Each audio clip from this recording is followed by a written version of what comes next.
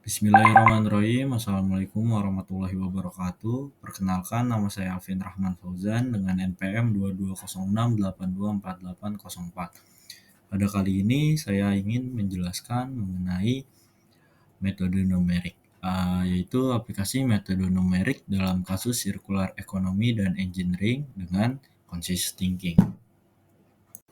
Lalu metode numerik dalam konteks circular economy dan engineering itu sendiri memiliki aplikasi yang luas. Misal dalam konteks circular economy, metode numerik dapat digunakan untuk mengoptimalkan sistem produksi dan distribusi dengan meminimalkan limbah dan memaksimalkan penggunaan kembali sumber daya. Ini bisa mencakup model untuk mendaur ulang material, merancang produk dengan umur panjang, dan sistem logistik untuk mendistribusikan produk secara efisien. Lalu dalam bidang engineering sendiri, metode numerik sering digunakan untuk menyelesaikan masalah yang kompleks yang tidak bisa dipecahkan dalam metode analitis. Ini termasuk simulasi komputer dari proses fisik, analisis elemen, hingga untuk desain struktural dan optimasi desain untuk meningkatkan efisiensi dan kinerja. Lalu saya ingin memberikan contoh aplikasi metode numerik dalam kasus circular economy dan engineering dengan conscious thinking pada kasus manufacturing atau proses manufaktur.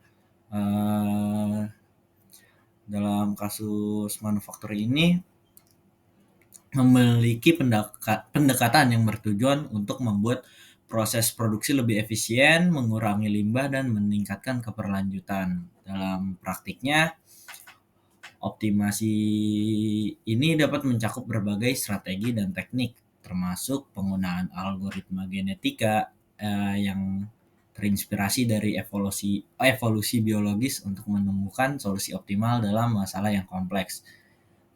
Dalam manufaktur, ini dapat digunakan untuk menentukan urutan operasi produksi yang paling efisien, mengurangi waktu siklus, dan meminimalkan downtime mesin.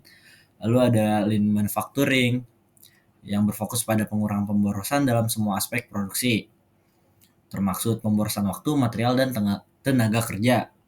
Lalu ada analisis siklus hidup yang pendekatan ini mengevaluasi dampak lingkungan dari produk atau proses selama seluruh siklus hidupnya, dari bahan baku hingga pembuangan. Lalu menggunakan teknologi informasi, sistem informasi canggih dapat digunakan untuk mengoptimalkan aliran material dan informasi dalam proses produksi. Lalu dengan desain untuk daur ulang, produk dirancang sedemikian rupa sehingga komponennya mudah dipisahkan dan didaur ulang di akhir masa pakainya, yang mendukung prinsip ekonomi sirkular itu sendiri. Optimasi ini sangat penting dalam sirkular ekonomi karena membantu perusahaan untuk tidak hanya mengurangi biaya, tetapi juga meminimalkan dampak lingkungan dari operasi mereka, yang sejalan dengan prinsip reduce, reuse, recycle, recovery, dan repair atau 5R, yang merupakan fondasi utama dari sirkular ekonomi ini sendiri. Lalu yang saya dapatkan dengan mengaplikasikan metode DAI5 dan berpikir secara conscious dalam pengaplikasian metode numerik dalam konteks sirkular ekonomi dan engineering, khususnya pada optimasi proses manufaktur ini, saya dapat menyimpulkan bahwa pentingnya efisiensi, yaitu optimasi proses manufaktur sangat penting untuk mencapai efisiensi produksi, mengurangi limbah, dan meningkatkan keberlanjutan.